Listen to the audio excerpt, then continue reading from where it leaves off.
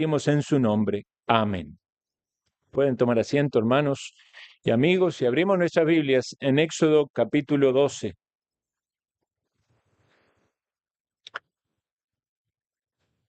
En el sermón pasado leímos los primeros 14 versículos que tocan el tema de la Pascua, esta fiesta judía que el Señor estaba estableciendo en un momento clave para el pueblo judío que todavía estaba en Egipto. Habíamos meditado que esas plagas o golpes de juicio de Dios sobre Egipto iban en aumento, y este iba a ser el pináculo de los castigos, trayendo la muerte sobre todos los primogénitos, tanto de hombres como de bestias, en Egipto, excepto en aquellas casas que atendieron a la voz de Dios, las casas de los hebreos que escucharon el mandamiento del Señor de tomar un cordero que debía ser separado en una fecha específica, en el día 10 del mes de Abib o Nisán, ese mes que iba a pasar a ser el primero del calendario hebreo, y debía ser guardado por 4 días. Este cordero sin defecto de 1 año iba a ser sacrificado, y la sangre de ese cordero iba a ser colocada en los postes y en el dintel de las puertas de las casas de los hebreos, para que cuando el ángel de Jehová pasara con el juicio, trayendo la muerte sobre Egipto como castigo, esas familias de los hebreos que estaban en esas casas estuvieran protegidos de ese castigo, y el ángel o el Dios mismo que venía para traer ese juicio iba a saltar o a pasar por encima, a pasar por alto, y de ahí deriva el nombre de la palabra Pascua. Lo que entendemos en los versículos siguientes es que juntamente con esta Pascua que se celebraba en el día 14, desde la tarde hasta la tarde siguiente, en la manera que los judíos contabilizaban los días, era seguida por otra institución, otra fiesta que el Señor estaba estableciendo allí para su pueblo, que era la fiesta de los panes sin levadura. Es decir, que tenían la Pascua, el 14, y luego el día 15 comenzaba los panes sin levaduras por 7 días. Durante 7 días no podían comer nada que tuviera levadura. Y esta segunda fiesta estaba precedida y antecedida, comenzaba y finalizaba con un sabbat o con un día de reposo. Vamos a leer el texto y luego vamos a meditar en esto. Vamos al versículo 14, que hace primeramente mención de la Pascua. Dice: y este día os será en memoria, y lo celebraréis como fiesta solemne para Jehová durante vuestras generaciones, por estatuto perpetuo lo celebraréis. El versículo 15 comienza entonces la referencia a la segunda fiesta. 7 días comeréis panes sin levadura, así el primer día haréis que no haya levadura en vuestras casas, porque cualquiera que comiere leudado desde el primer día hasta el 7º será cortado de Israel.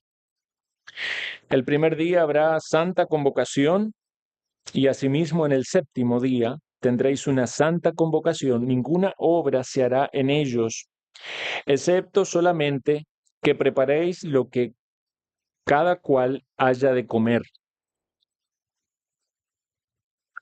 Y guardaréis la fiesta de los panes sin levadura, porque en este mismo día saqué vuestras huestes de la tierra de Egipto. Por tanto, guardaréis este mandamiento en vuestras generaciones por costumbre perpetua. En el mes primero comeréis los panes sin levadura desde el día 14 del mes por la tarde hasta el 21 del mes por la tarde. Por 7 días no se hallará levadura en vuestras casas, porque cualquiera que comiere leudado, así extranjero como natural del país, será cortado de la congregación de Israel. Ninguna cosa leudada comeréis. En todas vuestras habitaciones comeréis panes sin levadura. Vamos a leer hasta ahí y luego avanzamos con el resto del texto. Entonces, entendemos que hay una fiesta que es la Pascua y es sumamente importante y significativa, como muchas de estas festividades. Cuando leemos en el Antiguo Testamento vemos que apuntan a la obra redentora y al sacrificio de Cristo. Cuando hablamos de la relación que hay entre la Pascua y la obra de Cristo en nuestra salvación, es bastante claro y notorio. El Nuevo Testamento nos dice que Cristo es nuestra Pascua, que ya fue sacrificada. Él es el Cordero inocente y sin defecto, preparado para ser sacrificado, y en su debido momento, el Dios Padre lo envió, el Hijo vino y murió para que nosotros seamos redimidos y librados de la ira venidera. Ahora tenemos entonces esta segunda fiesta que nos indica que durante 7 días debían comer panes sin levadura. Debemos también considerar que el día de la Pascua se comían también panes sin levaduras. La levadura, como un producto de la cosecha del año anterior, se consideraba un símbolo de corrupción. Y ningún israelita debía utilizar de levadura en la comida vinculada con sus sacrificios. Consideremos por un momento el origen. Es interesante de que algunos estudiosos de esta sustancia que se utiliza tanto en la alimentación, específicamente en la panificación, remontan su descubrimiento al Antiguo Egipto. Los egipcios utilizaban la levadura para hacer el pan hace más de 5.000 años. Sin embargo, dicen los estudiosos que no sabían mucho acerca del proceso de fermentación y en gran medida consideraban que era un milagro. Antes de descubrirla, ellos preparaban panes que eran planos. Dicen entonces que cuando el hombre se dio cuenta que mezclando un poco de masa fermentada naturalmente con nueva masa, el pan podía crecer, hacerse más esponjoso y mejoraba su sabor. ¿Pero qué entendemos por esto? ¿Significa que la levadura en sí mismo era algo malo y que los israelitas no debían comerla en absoluto? Bueno, la levadura no es algo malo, ni es pecaminoso usarla ni comerla. De hecho, es la mejor forma de preparar el pan. A aquellos que les gusta el pan, sabrá que un pan leudado es mucho más rico que un pan que no tiene levadura. Pero particularmente en la Pascua y en esta fiesta, la levadura estaba prohibida por el Señor. En Deuteronomio, otro pasaje que nos menciona la ley de Dios, repite lo que se estaba estableciendo aquí en Éxodo. Dice Deuteronomio 16:3, no comerás con ella pan con levadura, 7 días comerás con ella, en relación con la fiesta, pan sin levadura, pan de aflicción, porque aprisa saliste de la tierra de Egipto para que todos los días de tu vida te acuerdes del día en que saliste de la tierra de Egipto. Entonces, en la fiesta de los panes sin levadura, y en la Pascua, este día más estos 7, no debía haber pan leudado.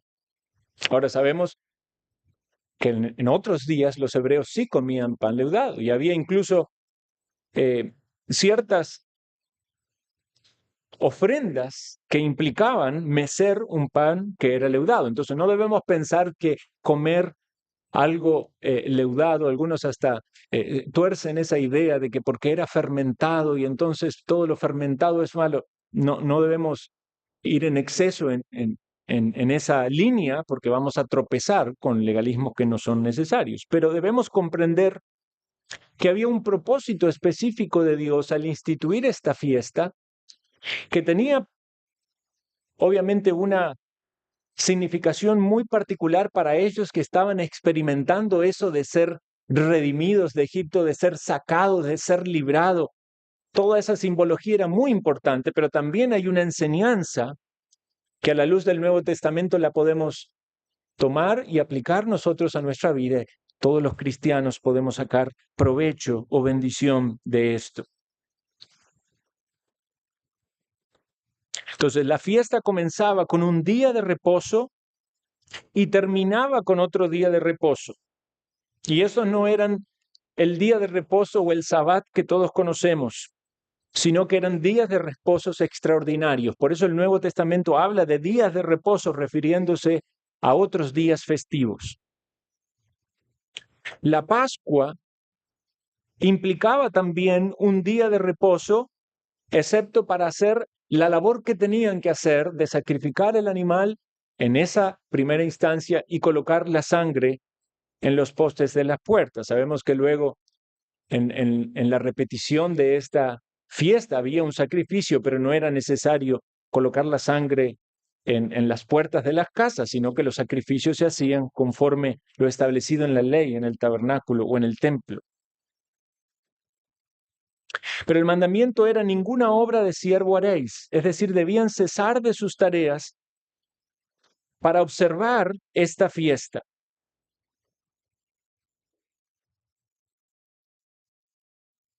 Ahora consideremos entonces cómo describe en el versículo que leí de Deuteronomio el pan. Dice que este pan sin levadura era pan de aflicción. La levadura de algún modo hacía el pan agradable, sabroso, y esta privación que cambiaba la forma en la que habitualmente ellos comían el pan, debía recordarle la aflicción que habían vivido en Egipto cuando estaban en esclavitud. Por otro lado, el texto es claro al vincular esta fiesta con la necesidad de salir rápidamente. No había tiempo de tomar la masa, de colocar la levadura y esperar el tiempo que leude. Ellos debían llevar su pan sin levadura. No podían demorarse, no podían esperar. Pero iba aún un poco más allá. No solamente considerar que era ese pan distinto, el pan que comían, porque estaba vinculado con el recuerdo y de la memoria de la aflicción en Egipto, no solamente de que no debía haber levadura porque tenían que salir rápidamente y no tenían tiempo para leudar, sino incluso debían quitar toda la levadura y todo lo leudado de sus casas. Tenían que hacer una búsqueda minuciosa en cada lugar de la casa, no sea cosa que hubiera allí un trozo del pan que habitualmente se comía y que estuviera leudado. Y esto era, so pena de un castigo terrible. Dice que iba a ser cortado del pueblo de Israel. Era algo muy serio. Si uno lee acerca de las regulaciones de los judíos en el cumplimiento de esto, estaban las indicaciones tan específicas de todos los lugares donde deberían buscar, como hoy haríamos un checklist de todas las cosas que tenemos que hacer. Ellos así minuciosamente revisaban rincón por rincón de su casa para que no hubiese nada leudado. Entonces, como vemos más adelante, ellos tuvieron que salir apresuradamente y se llevaron su pan, su masa, sin leudar, como habían comido y como comieron en esos días posteriores. Entonces, hay un significado simbólico sumamente importante y debemos entenderlo, porque siempre que leemos en el Antiguo Testamento, a la luz de lo que nos enseña el Nuevo Testamento, debemos comprender a qué apuntaban estas cosas, todas estas figuras, todos estos símbolos. Si la fiesta de la Pascua se trata de aquello que ellos debían tener la marca de la sangre en los postes y en el dintel, porque si no iba a venir el juicio de Dios. La fiesta de los panes sin levadura se trata de aquello que no debían tener levadura. Y esto nos hace pensar, entonces, ¿cuál es ese significado de la levadura a la luz de este texto y de otros textos que encontramos en las Escrituras? Y comprendemos aquí que hay una referencia a la corrupción o al pecado o aquello que contamina. Así como la sangre era señal de redención, el sacar la levadura y el sacar todo lo leudado de las casas tenía que ver con santificación. Para ser salvo necesito de la sangre de Cristo, y obviamente no estamos pensando en un sentido literal, ¿verdad? Estamos comprendiendo el significado detrás, la sangre de Cristo que me limpia de todo pecado, es un mensaje espiritual. Para ser santo tengo que remover toda impureza, toda levadura. Es un hongo, ¿verdad? Es un fermento. Hay que sacar todo eso que de algún modo se reproduce rápidamente, que trae corrupción. Cuando predicamos el Evangelio, queremos hacer entender a cada una de las personas que están oyéndonos acerca de este mensaje la necesidad que tienen del sacrificio de Cristo. Si hay alguien que no tiene la salvación, puede ser que haya personas que no tienen la salvación, no están siendo conscientes de que no tienen la salvación, no están siendo conscientes de su pecado, de su necesidad de Cristo. Y nosotros en nuestro esfuerzo para evangelizarles le queremos hacer conscientes y le pedimos a Dios que nos dé de nuevo para que se den cuenta que necesitan comprender por medio de la fe el sacrificio de Cristo, qué es lo que Cristo ha hecho y cómo por medio de la fe puede apropiarse de esa obra que Cristo hizo en favor de su pueblo. Que la salvación es por pura gracia y que esa verdadera fe viene acompañada de obras o de frutos que manifiestan el deseo de obedecer a Dios. Entonces hablamos de la santificación. Y esto tiene que ver con despojarse de ese pecado o de las cosas de nuestra antigua vida o de la contaminación de nuestra vida mientras estábamos muertos en delitos y pecados sin comprender la obra de Cristo y sin experimentarla por la fe. Entonces, el apóstol Pablo en el Nuevo Testamento toma estas fiestas, tanto de la Pascua y la de los panes sin levadura, como figuras útiles para la salvación y también para la vida cristiana. Acompáñenme, por favor, 1 Corintios, capítulo 5.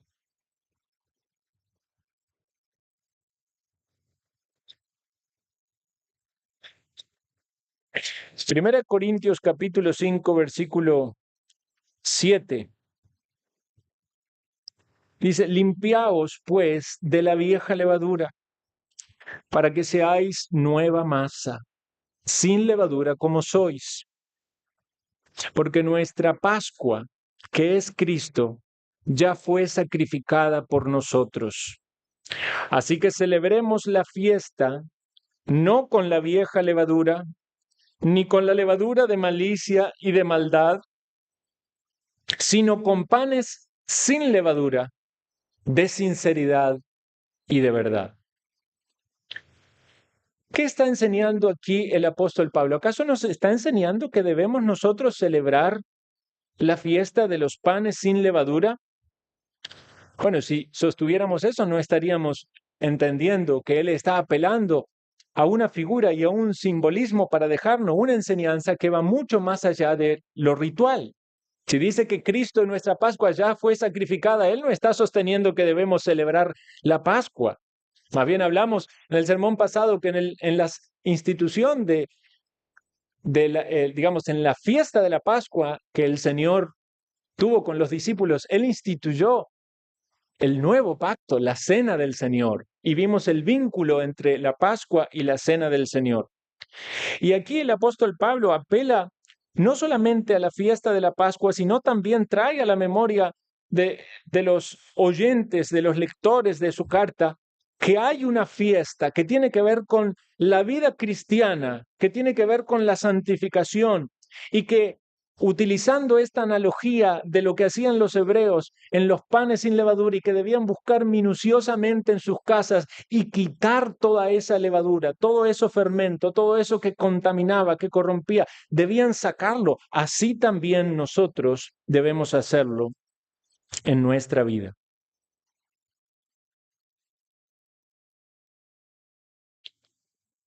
La vida cristiana debe ser una vida de pureza y eso nos hace pensar entonces en la aplicación práctica de esta fiesta a la que somos llamados a vivir.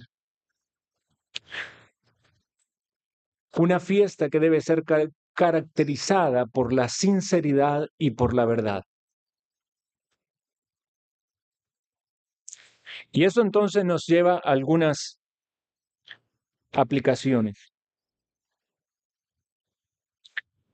Podemos sacar aplicaciones en tres direcciones. En primer lugar, a nivel individual y personal. Los hebreos tenían que limpiar su casa. Y podemos nosotros tomar entonces como referencia nuestra casa al pensar en nuestra vida, en nuestro cuerpo individual. Dice 2 de Corintios 7:1, así que amados, puesto que tenemos tales promesas, limpiémonos de toda contaminación de carne y de espíritu, perfeccionando la santidad en el temor de Dios. Los creyentes somos llamados por la palabra de Dios a limpiarnos de toda contaminación, tanto de carne como de espíritu. Hay pecados que tienen que ver directamente con nuestro cuerpo. Por eso la instrucción es a no utilizar nuestros miembros como instrumentos de iniquidad. Podemos pecados con nuestra boca, con nuestros ojos, con nuestros oídos, con lo que hacemos con nuestras manos. Pero también puede haber pecados que tienen que ver con algo profundo del corazón, con cosas que tienen que ver con nuestros pensamientos, con deseos, con anhelos, y hay que batallar contra todo eso. Hay un trabajo de perfeccionar. Este es el trabajo de buscar en nuestro interior, nuestro ser como si fuera una casa y levantar cada trapo, cada sábana para encontrar ese trozo de pan y quitarlo. Yo no sé si pasa en sus casas, pero yo cada vez que muevo el sillón siempre encuentro una galleta, un pedazo de pan que mis niños dejaron allí botado. Tenemos que hacer eso en nuestra vida, porque el asunto a los ojos del Señor es serio. Vean cómo lo dice 2 de Timoteo 2:19, pero el fundamento de Dios está firme, teniendo este sello. Conoce el Señor a los que son suyos, y apártese de iniquidad todo aquel que invoca el nombre de Cristo. El Señor nos conoce. Debemos cortar con la iniquidad de nuestra vida. En muchos casos, somos conscientes de nuestras debilidades. Somos conscientes de nuestros tropiezos, de nuestras tentaciones. Pero puede ser que en algún momento nos amoldemos a esas batallas. Nos conformemos con que uno tiene una confesión regular. Pero hay una exhortación aquí fuerte a cortar con eso, a dejar eso, a quitarlo, porque el asunto es muy serio. Apártese de iniquidad todo aquel que invoca el nombre de Cristo. Otro pasaje de la Escritura nos dice de ocuparnos en nuestra salvación con temor y temblor. No porque vamos a perder la salvación, si no nos ocupamos, la vamos a perder. No, porque Dios nos ha llamado y es un llamamiento tan serio, tan importante, que debemos andar como es digno de ese llamamiento y confiamos sí en que el Señor nos preservará y que nosotros perseveraremos, pero no es sin una diligencia de nuestra parte. Confiando en que Él produce el querer como el hacer, hay una responsabilidad nuestra de mortificar nuestra carne. Hay una responsabilidad nuestra de desvestirnos del viejo hombre y vestirnos del nuevo. En ser diligentes en el uso de los medios de gracia. Recordando, hermanos, que la santificación es un proceso sinérgico que requiere esfuerzo, que requiere entrega, que requiere disciplina. Aun cuando sabemos que el poder solamente viene de las fuerzas del Espíritu de Dios. Debe haber una diligencia de nuestra parte. Y esta historia de empezar a buscar en las casas para quitar toda la levadura nos ayuda a considerar con cuánta diligencia nosotros debemos hacerlo en nuestra vida. Hábitos pecaminosos, relaciones que pueden ser perjudiciales, malas influencias, pasatiempos que alteran nuestra relación con el Señor.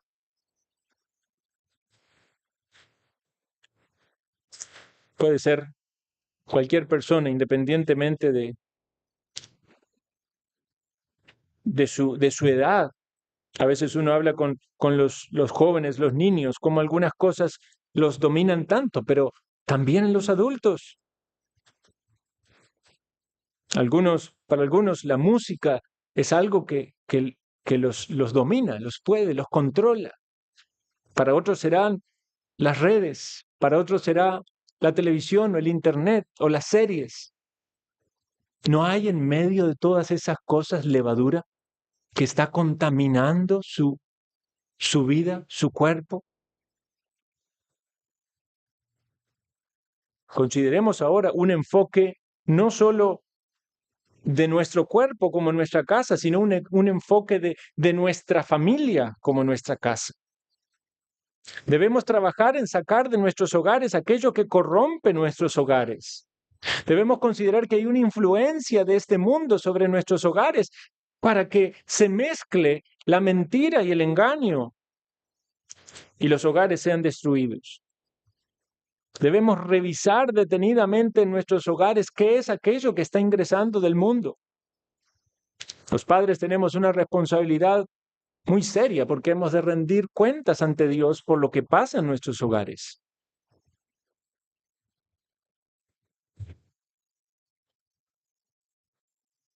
A veces cuando uno ve a un grupo de niños, si el más grande hace algo malo, una desobediencia, los otros que son más pequeñitos se suman a eso. Se contamina muy rápido la maldad. Y esto nos hace pensar también en la importancia que tiene que nosotros en nuestros hogares seamos de ejemplo a nuestra familia. Porque si ellos ven en nosotros el pecado en nuestros hábitos, en nuestra práctica, en nuestra forma de vivir, ellos van a imitar el pecado de la ira, el pecado de la gritería, de las contiendas. ¿No es eso levadura en nuestras casas?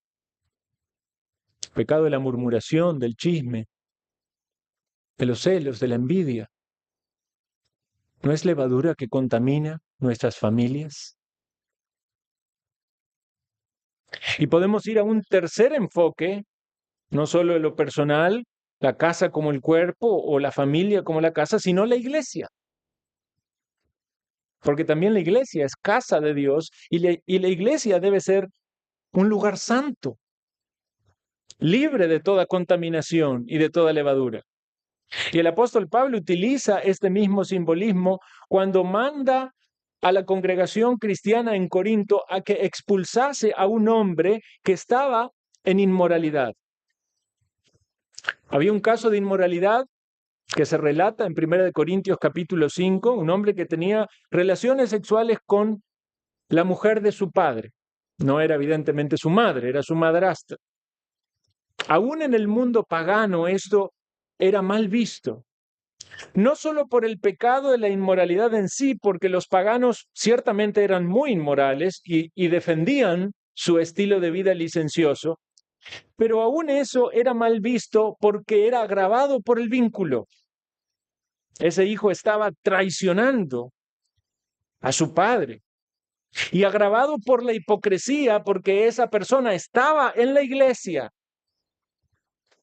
y se unía al grupo que adoraba a Dios y que participaba de algo sagrado como la cena del Señor. Y pareciera ser que no había en esto ninguna señal de arrepentimiento.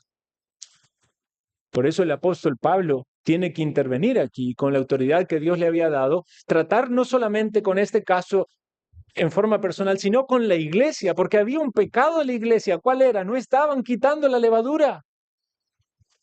Estaban tolerando el pecado. 1 Corintios 5, 6 dice así: ¿no es buena vuestra jactancia? Encima se jactaban. ¿No sabéis que un poco de levadura leuda toda la masa? Limpiaos pues de la vieja levadura, para que seáis nueva masa sin levadura como lo sois. Porque nuestra Pascua, que es Cristo, ya fue sacrificada por nosotros. Así que celebremos la fiesta no con la vieja levadura, ni con la levadura de malicia y de maldad, sino con panes sin levadura, de sinceridad y de verdad. Entendiendo el contexto, todavía el significado es más profundo. Un poco de levadura es suficiente. Las cocineras lo saben. Toda la congregación iba a estar contaminada a los ojos de Jehová si no se eliminaba esa influencia corrupta de aquel hombre inmoral. Si en una iglesia se tolera el pecado escandaloso, esa congregación va en ese descenso hacia el fracaso. Pierde su luz.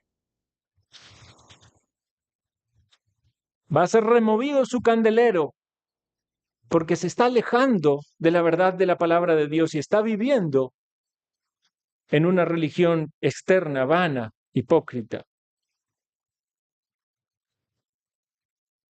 Si usted quiere conocer la salud de una iglesia local, ciertamente mucho tiene que ver con la práctica de la disciplina eclesiástica. Y no me refiero solamente a la disciplina pública de expulsar o remover a aquellos que están en pecados escandalosos de los cuales no se arrepienten, sino también a una necesidad de una disciplina formativa, de que cada hermano, hermana en la iglesia sepa de que el pecado no es tolerado, pero hay medios de Dios para restaurar, para ayudar a los que están luchando, a los que están tropezando. Hay provisión del Señor. Tenemos el recurso de su palabra, el apoyo de los hermanos, la oración para estar en la iglesia como el Señor lo manda y ser santificados. Entonces, cuando pensamos en la iglesia local, debemos considerar la necesidad de remover todo pecado que afecta a la congregación. Pero otro pasaje de la Escritura no apunta a la levadura como esos pecados escandalosos, sino a pecados que son sutiles.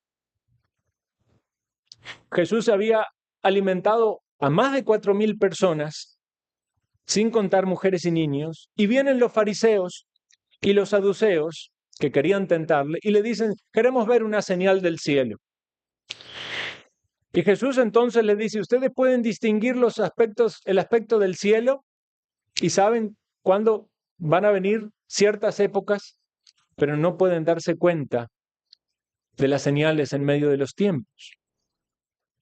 Y luego de eso Jesús se va con los discípulos en la barca y les dice a los discípulos: mirad, Guardaos de la levadura de los fariseos y de los saduceos. Que ustedes saben cómo eran los discípulos, ¿verdad? Que parecía que estaban en otra sintonía, en otro canal, y empiezan a discutir, eso es porque no trajimos pan y que vos tenés la culpa y que yo. Pero Jesús luego les tiene que decir específicamente que esa levadura de los fariseos y de los saduceos era la doctrina de ellos. Eran las enseñanzas que ellos transmitían que tenían un efecto de corrupción. Entonces, dice el evangelista al final de esa historia, entonces entendieron que no les había dicho que se guardasen de la levadura del pan, sino de la doctrina de los fariseos y de los saduceos.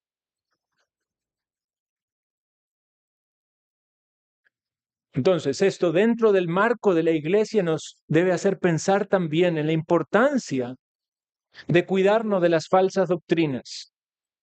Y ciertamente hay muchas falsas doctrinas predicadas hoy en día, no solamente en las iglesias, sino en Internet, ¿verdad? Y en todos los medios que se pueden dar a conocer. Numerosos lugares de cultos, conocidos o identificados como casas de adoración, que ciertamente son masa con levadura. Toda doctrina falsa es mala, pero ciertamente hay doctrina falsa que es herejía y es mucho más grave. Las doctrinas que atacan directamente el Evangelio, que deforman el Evangelio. Las religiones o iglesias que predican un Evangelio distorsionado, una salvación por obras. Como si el hombre pudiera hacer algo para perfeccionarse y llegar a un estándar de agradar a Dios. Eso es masa con levadura. Y ninguna verdadera oveja debería estar en esas iglesias donde se apela a lo interior del hombre como que va a ser algo bueno que va a lograr agradar a Dios. Porque es salvación por obras. Providencialmente, el hermano Efron lo hablaba en la mañana acerca de las herejías del catolicismo romano. Él lo dijo en torno a la doctrina de la transustanciación, dando la Eucaristía. Pero ¿cuánta levadura hay en la Iglesia Católica Romana? La doctrina del papado, el culto a los santos, la intermediación de María, la veneración de las imágenes, el purgatorio. Podríamos seguir mencionando más. ¿Sabe qué es eso? Es levadura que ha contaminado toda esa religión. Por eso ningún verdadero cristiano debería estar en una iglesia así, que ni iglesia puede llamarse. Y las falsas también doctrinas que hay en tantas iglesias evangélicas, de dones milagrosos, vigentes, de lenguas, de sanidades, de milagros, de profecías, de revelaciones sobrenaturales, levadura,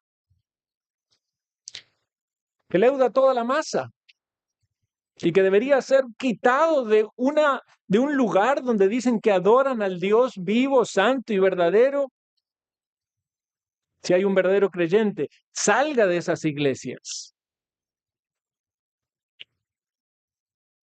Porque no puede agradar a Dios la falsa doctrina. Ni que hablar de los que hablan de este falso evangelio de la prosperidad, de que todo creyente debe ser rico y estar sano y debe usted dar su dinero, porque hasta evidente es que se enriquecen despojando a los más necesitados. Podríamos seguir mencionando iglesias, religiones, denominaciones, culto, y alguien podría decir, ¿y qué de ustedes? ¿Y ustedes no tienen levadura? Bueno, quiera Dios que no, ¿verdad? Queremos examinarnos a nosotros mismos porque queremos dar un culto a Dios que sea sincero y de verdad, pero pudiéramos hallar levadura y deberíamos corregir todo lo que estuviera en nosotros mal. Justamente en el estudio de Judas que vamos a ver por la noche, de paso lo invito a que venga, nos habla de batallar, de contender ardientemente por la fe. Que el Señor nos libre de toda falsa doctrina. Que seamos una iglesia, como lo dice nuestro nombre, pero también en nuestra práctica, reformada, pero que sigue reformándose conforme a la palabra del Señor, no porque rechacemos lo que creemos, pero para que no caigamos aún en ningún otro nuevo error, ni en herejías del pasado, ni nuevas, ni en tradiciones de los hombres que no nos dejen avanzar conforme a lo que Dios nos ha mostrado.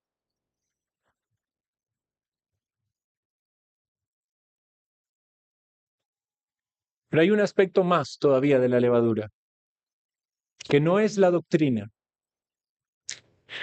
En Lucas capítulo 11, versículo 37 al 54, no tenemos tiempo para leerlo, pero se lo digo, el Señor dedica 18 versículos en el Nuevo Testamento, en un evangelio es bastante, casi una página, para acusar a los fariseos y a los saduceos, utiliza los famosos ayes. ¡Ay de ustedes! Que ¡ay de!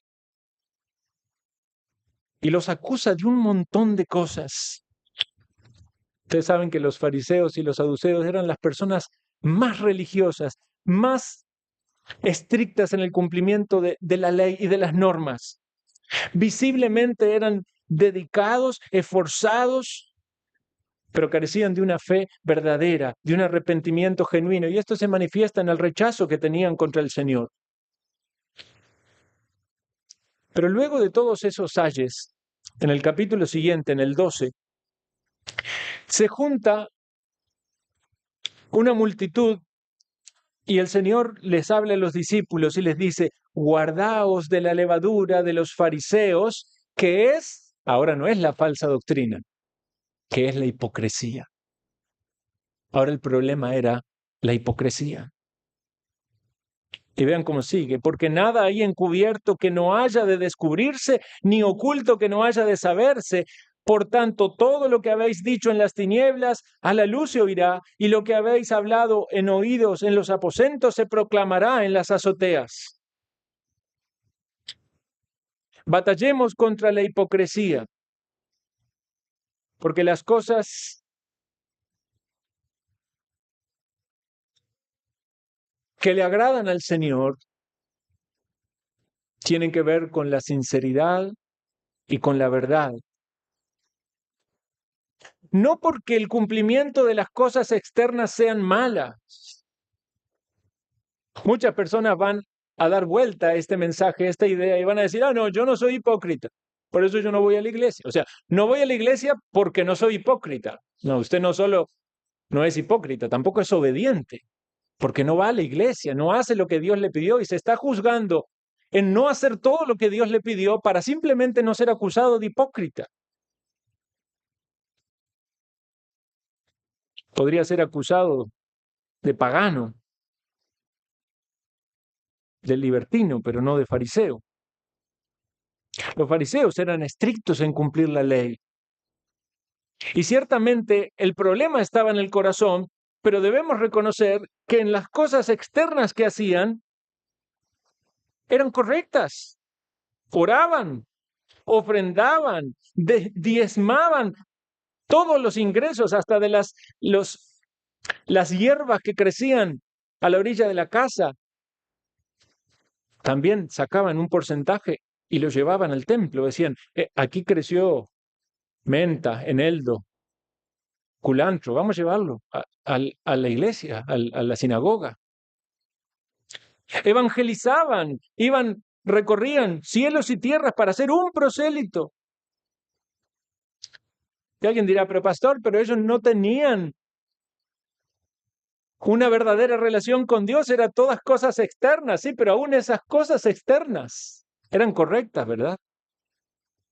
Porque Jesús le dijo, os era necesario hacer eso, lo que le faltaba, sin dejar de hacer aquello.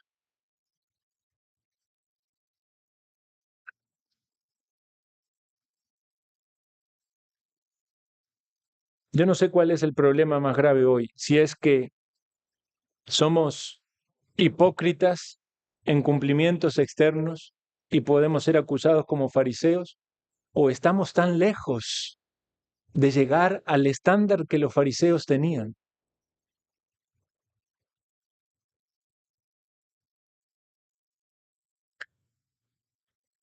Obviamente, lo importante ante los ojos del Señor es lo que hay en el corazón.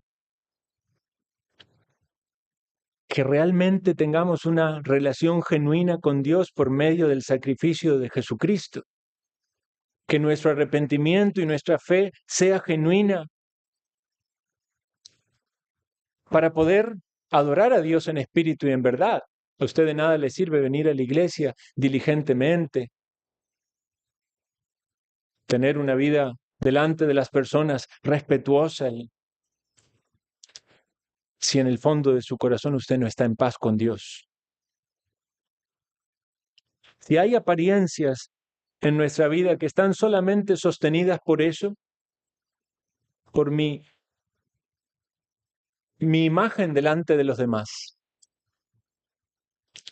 dése cuenta de que eso es levadura que contamina toda la masa. Luche dentro suyo, no para que entonces pierda esa apariencia y todos esos cumplimientos externos y que directamente se vaya al paganismo. No, luche para que sea transformado todo lo necesario en su interior y la obediencia externa sea sostenida por una integridad real en su corazón. Como me decía una vez un compañero de instituto bíblico, nunca juzguemos como hipocresía la obediencia. Si usted ve que alguien se esfuerza en hacer algo, que debe hacerlo,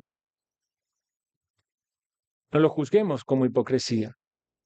Quizás está haciendo su mejor esfuerzo y por eso está cumpliendo eso. Ahora sabemos ciertamente que en aquellos que no tienen una sincera relación con Dios, esa hipocresía inevitablemente está. Si alguien no tiene a Cristo como su Salvador, ¿cómo puede ir y hablarle a otro de la fe y la esperanza que hay en Cristo? Si usted no tiene el perdón de sus pecados, ¿cómo puede hablarle a otro de paz?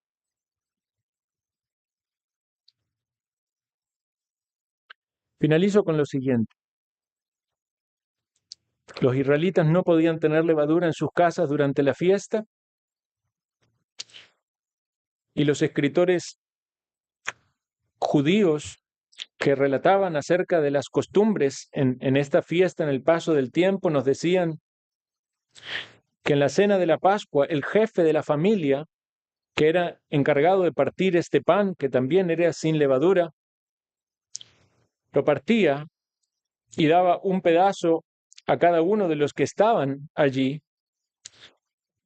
y les decía lo siguiente: este es el pan de aflicción que nuestros padres comieron en la tierra de Egipto. ¿No le suena esto algo? El Señor Jesús dijo, este es mi cuerpo que por vosotros es partido. Él sufrió la aflicción para que nosotros disfrutáramos la redención.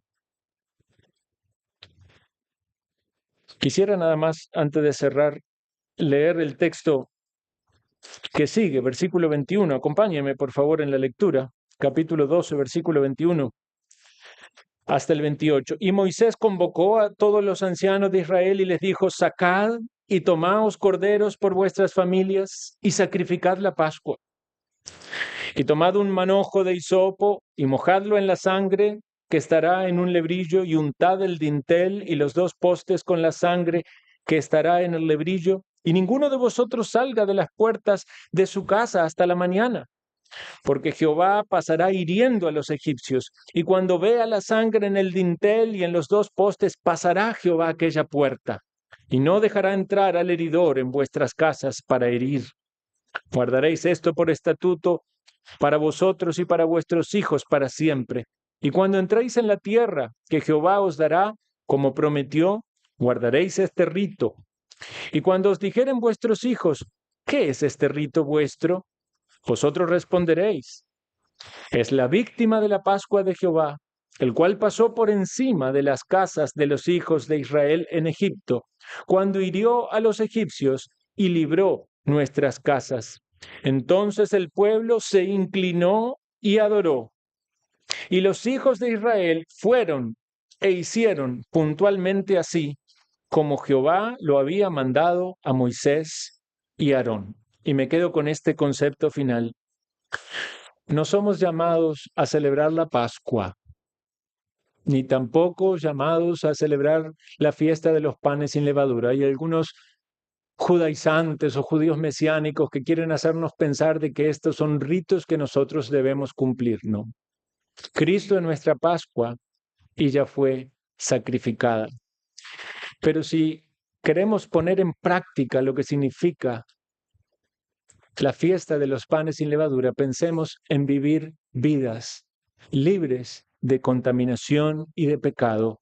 Y tomemos este último texto que acabamos de leer. Quiere el Señor darnos gracias para aplicarnos así a nuestra vida.